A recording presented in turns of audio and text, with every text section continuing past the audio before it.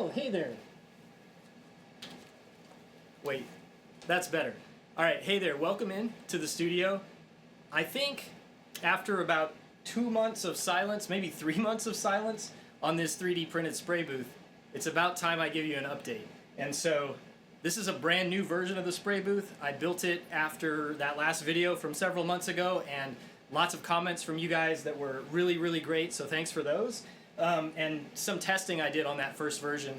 This is a completely redesigned version of the booth. I think it's much simpler, but it works a lot better. It's easier to print, easier to assemble. So in this video, let's go over what I've done here and how you can build this for yourself. Let's do it.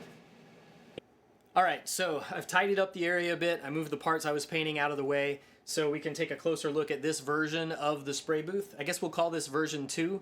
If you remember version 1, or if you didn't watch that video, I'll explain real briefly the changes that I made from that version to this. A lot of them were based on suggestions that you guys left in the comments on that video, and then some were just thoughts that I had from using that booth. I actually only used it for maybe 2 or 3 weeks after I posted that original video, and by then I had decided that I really, really didn't like it. The concept was good, but the design and execution of the concept I don't think was very good. So first of all, for those of you who left comments on that video, thank you for not saying it was stupid. You were much nicer than that, and you probably could have just said, hey, some of these decisions were dumb, but you didn't, so thank you for that. I can say that about myself, I guess. And so as I was working in that version of the booth, there were some things that were pretty dumb about it. The first one, and the biggest change here, is that in that first version of the booth, I had the extraction fan, which is an inline cylindrical shaped fan. It's now back down here underneath this desk, where it was originally, and I mentioned that in that other video. I had moved it, and I had it up here as part of the spray booth body itself. So the airflow came around this corner and then out through this space over here and into that fan and then blew that way out the window. And it added a ton of bulk, took up extra space on the desk, and a couple of you in the comments said, hey, why didn't you just leave the fan underneath your table where it was and just run a hose, you know, an extraction hose up to the back of the booth and extract the air that way? Yeah, that was a much better idea. I think the problem was I had this preconceived idea of a design for a spray booth including the fan as part of like the body of the booth, and that was just, it wasn't really a requirement that this project needed. It was just something that was in my head, and it was a mental block. So thank you for pointing that out. This version of the booth now is, you know, it's a whole lot easier to move around because it's just this corner. I did leave the corner design, and I really like this corner design because, as we talked about in that first video, I tend to spray across my body at a 45-degree angle when I'm spraying. So having this extra panel over here on the side that's also extracting fumes and paint particles is really good, and not just having the one straight in front of me. So this design stayed. The exhaust, instead of coming out this side now, is coming out of the corner in the back here. I'm not sure if I have enough slack on the hose to turn this so that you can see around there, but the hose comes out the back of the corner here.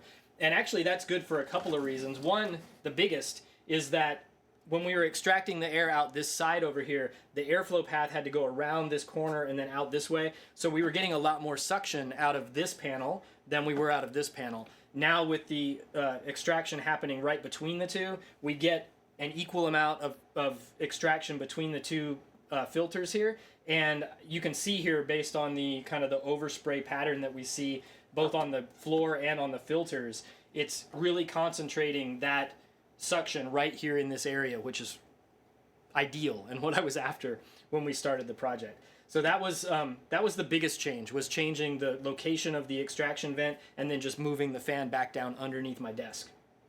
The other big change, and this again came from a suggestion from one of you, is that the filters in that first version slid down into channels from the top. So there was like an opening up here, and you'd slide the filter down, and then there was a lid that had to go on over the top of the whole thing. And that was problematic because it created the chance for lots of air leaks around where that lid met the rest of the body, and it was just kind of fiddly to have to change filters that way. One of you suggested, why not just load them from the front? And so that's what this version does. It's got these little triangular pieces right here, and they have 2 press fit magnets in. There's 2 magnets here in the body as well. And so these just attach on there magnetically and hold the filters in place. So to change the filter, you just slot a new one in there, and you put these magnetic triangles back in place, and you're good to go. All 8 of these, the bottom ones as well, are magnetically attached, so you can pull those off as you need. And actually, since we have one of these off, let's take this filter out and take a look. I printed this version of the spray booth in white PLA. Somebody commented on the last video because I had spray painted a few of the bits white, and that was mostly because I had printed that one out of various leftover rolls of PLA that I had, and it was all kinds of weird colors. So I just painted it white so it wouldn't be distracting. Somebody commented, hey, if you made the whole thing white, you'd be able to very easily see where your paint particles are going, where your overspray is going, to make sure it's not like coming up above the top here. And we can see the top is really clean here. And even inside here, these are not, there's a few paint particles here that might have just happened when I pulled this filter out. But in general, it's keeping the inside of those air chambers really, really clean, which is great because that means that those paint particles aren't getting down into my exhaust system and then into my fan. So I've been happy with that. And like I said, the top here is real clean. So we haven't had a lot of extra overspray going over the top either. So yeah, that's the design. It's a corner-based thing with the little clips that come on and off to put the filters in and out. And this is the version that I used for, I'd say about a month or so after I designed and printed and got this one assembled. And when I was using that, one thing I was mostly concerned about was the extraction of fumes, right? So I can tell here from the white printing that I did that there's not overspray coming out the top of the spray booth, but I wondered about, is it keeping the fumes down in here long enough so that the bad fumes can be extracted out as well? I always wear my respirator mask when I'm painting anyway, so it's not a huge concern, but I'd really like to extract as much of that out through the system and then out my window as possible. And so I have this little air quality meter here, and for a long time I just had it sitting up here on top of the spray booth as I was working. And it's not super accurate, but it's good enough. If I'm doing things with resin printing, stuff like that, the VOC meter does a pretty good job of going up and signaling those types of things. So this has a little beeping alarm that goes off when it detects, certain levels of poor quality air. And so I left it sitting there, I'd paint, and usually it would take maybe 15-20 minutes of painting with lacquer paints in here before that thing would start to signal its little alarm. And that's okay, but not great. So definitely some of the fumes were getting up here, and certainly it's very close to where I was painting anyway, so there's always that. But I decided maybe I wanted to have some kind of a lid that would be an optional attachment you could put on here. And so I designed that, and I've been using these lid pieces for about probably 2 or 3 weeks, and they've definitely helped. The levels on here are a lot lower, and I can go for maybe 45 minutes to an hour of painting in that same situation with the same types of paint before this thing starts to alarm. So those parts are here. And again, these are optional parts. We'll talk about in a bit how to assemble all this and what all the different options are. There are several different versions of this you can put together. But these are optional. They're little triangular bits, and I've actually also included a kind of cutout hole area where you can attach these magnetically backed little LED lights that I found on Amazon. I'll link to these down in the description of the video if you're interested in exactly these same ones. But the cool thing about these is they have a motion sensor. So if I change this to auto and then I move my hand over it, you'll see the light comes on. The way these attach is you just remove the top 2 of these triangular magnetic bits, and they have these compatible things here which just line up with that. So in place of those top 2 triangles, you put that there instead. And then there's a second one. We can turn that to auto, take these 2 off, and drop this in right here. They fit together nicely up here. There's no latching mechanism or anything to attach them together. They just kind of lean up against each other, but they work fine. And then with these motion sensors on the lights, the way it works is as soon as I start painting in here, it comes on, and then a couple of minutes after I'm finished, they just turn off. They're rechargeable with USB-C, and so far in the 3 or so weeks that I've been painting with them in here, I've not had to recharge them yet. So I'm not sure what the battery life is going to be like on them, but I think with the motion sensors, it's going to last a pretty long time, and then I can just plug them in and recharge them and pop them back up in here. They have magnetic attachment on the back, and they came with some adhesive-backed metal strips that I just stuck up into there in the right spots so that they would stick up in there. So yeah, this is the kind of the final configuration of the spray booth. And like I said, this is, I think, doing a very good job of helping to keep the fumes in this area long enough then for the extraction system to be able to pull them out and through and out my window. So here we have all of the parts that we would need to build the version of the spray booth that I've been showing you. This is kind of the full featured version. These of course are tiny, or else my hands got real big, but no, these are tiny. These are 25% scale, so 1/4 sized of the full size of the booth. Figured that'd be easier to print and also to show you here on camera. All of these print in the orientation that you see them sitting here. So these lid parts print flat to the bed. These angles coming up don't need any type of support or anything like that. So they'll just print like that. This prints flat on the bed. These little triangles that are the holders for the filters, they just print flat on the bed like that. And then this piece here has this long overhang, of course, that needs to be supported. So this one I just printed with regular supports, and those supports can come straight up off the print bed because it's open on the back side here. So those come up and just support that. It's easy to pull those off. And then these air chambers have this one side that's open. So there's a long overhang here as well that needs to be supported. In the two full-size versions that I printed, I did two different things. I printed this with tree supports one time. So the tree supports were based over here off of the side of it on the print bed and would reach across and underneath this and supported it really well. They were easy to remove. On the other one, I just did regular supports, and so they came up from this solid part of the print here and just filled this in and supported that way. Those were also quite easy to remove. And they did leave a little bit of a residue here that wasn't perfect, but it's fine because this is all internal to the spray booth anyway. You're never gonna see anything there except for when you have the filters off to replace them or whatever. As long as you have good airflow path out through here, because that's where your exhaust needs to go, you're good to go. So yeah, a little bit of supporting needed on these two prints and on this one. Otherwise, everything is pretty straightforward. As far as material and settings and that sort of thing, I just used standard PLA, and I used whatever the standard settings as far as wall thicknesses and things like that my slicer wanted to use, and they all came out fine. So that's the printing. Once you get everything printed, then to assemble, there's a couple steps, right? So on the ends of these air chambers, there are 8 little holes, and I've marked them here with a metallic Sharpie so that you can see them better, because printed at this small scale, it's really hard to see them. All 8 of those holes are designed to hold these brass heat set inserts. So if you've done any type of build of a Voron printer or other types of 3D construction, you might be familiar with these. You just use a soldering iron to heat these things up and press them down into those holes, and then they provide a nice place to screw an M3 screw into. So these are M3 sized heat set inserts.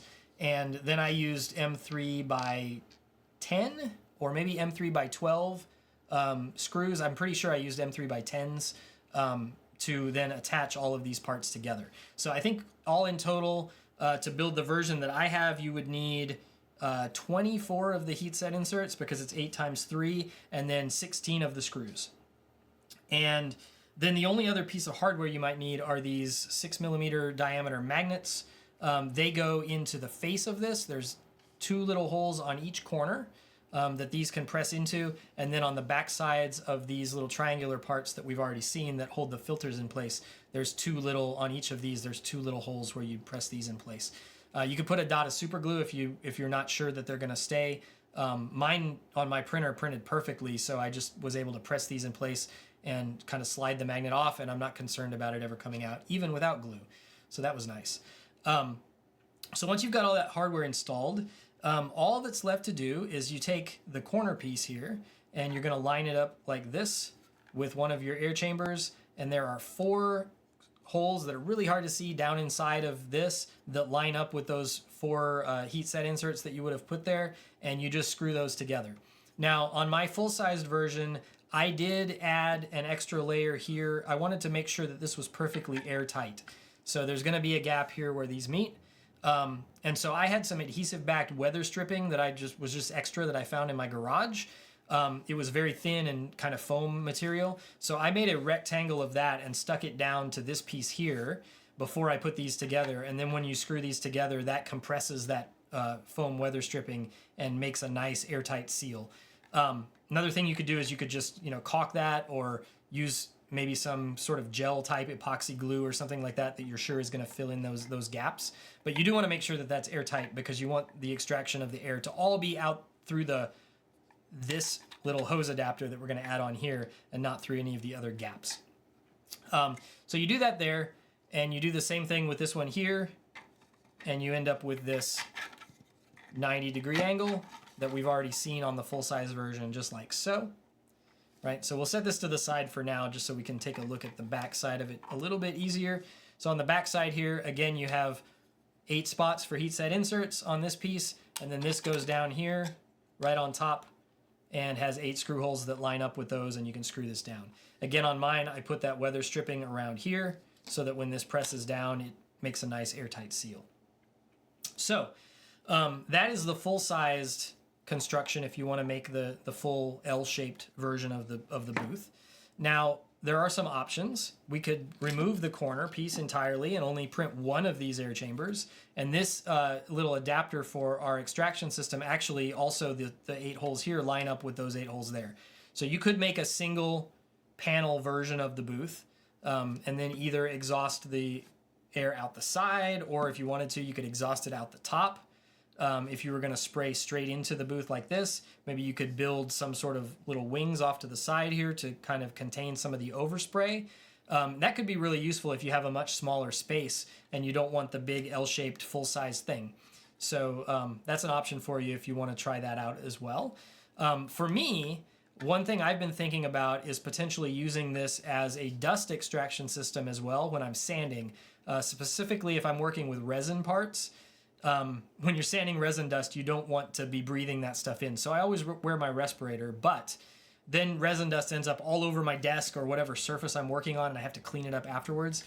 So I'm thinking about making a version of this that's just a single chamber like this with the extraction attached like so, laying it down flat on my desk while I'm working on sanding resin parts, and then I work above it like this. Of course, it'll be full size, so it'll be twice as big in each dimension. And then as the resin dust falls, I'm thinking that air extraction will cause it to fall right down into the filter and not scatter everywhere. And then I can just take that filter and throw it away when I'm done. And that might make cleanup of resin sanding much easier. So I haven't tried that yet, but that's something I have in mind to try on a future project. Going back to the full-sized version, though, with the angle piece in between, you've got this, and you've got this. And then if you want those optional lid pieces, those are these. And again, I've made a cutout here that's the right size and shape for those LED lights that I'm using. But again, if you had something different, you could modify this to fit that, or just get something that fits inside of there. And then these just attach here and here to create that lid. So yeah, that's the whole thing. Now, one other option I wanted to talk about is this little extraction adapter on the back here. As we mentioned earlier, I'm using a exhaust fan that's separate. It's underneath my desk, and so this just needs a 4-inch hose to run down to that fan and then out the window. However, you could design, or I could design, if you're so inclined and you ask me very nicely, and it seems like something that's interesting, we could design together a new, different versions of this little plate that would be compatible with the system. So as long as the size is the same and the 8 screw holes are in the same place, we could potentially do other things besides just having a hose adapter here. So if you had a different size hose, or if you wanted to put some fans inside of this system itself, I could see a version of this that's thicker, that has like 2 or 3 of those like Noctua brushless PC style fans lined up inside of it here, and then a cone-shaped thing coming off of it that then goes to a hose or to some other extraction adapter. And that way you could actually have your fans here right on your spray booth itself. So there are options here for us to have other parts to the system that accommodate different types of air extraction, different types and sizes of fans, either in the system itself or external with different types of adapters here rather than just this 4-inch hose that I've got. So if you're inclined to do something like that, to make a modification that's compatible, definitely let me know. I want to feature that on the printables.com page where I've listed these parts, and maybe even on a video here on the channel as well.